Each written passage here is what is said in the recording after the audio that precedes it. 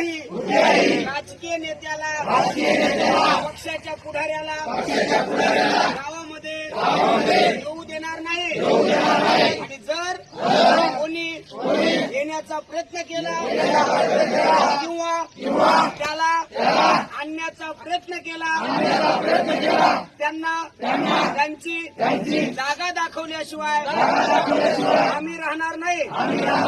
1-2% समाजविरोधी लोकांसाठी समाजाशी आम्ही कधीच गद्दारी करणार नाही एवढी विनंती आम्ही करतो आणि जरांगे पाटला सोबत तन मन धनाने लढाई जिंकेपर्यंत सोबत राहू.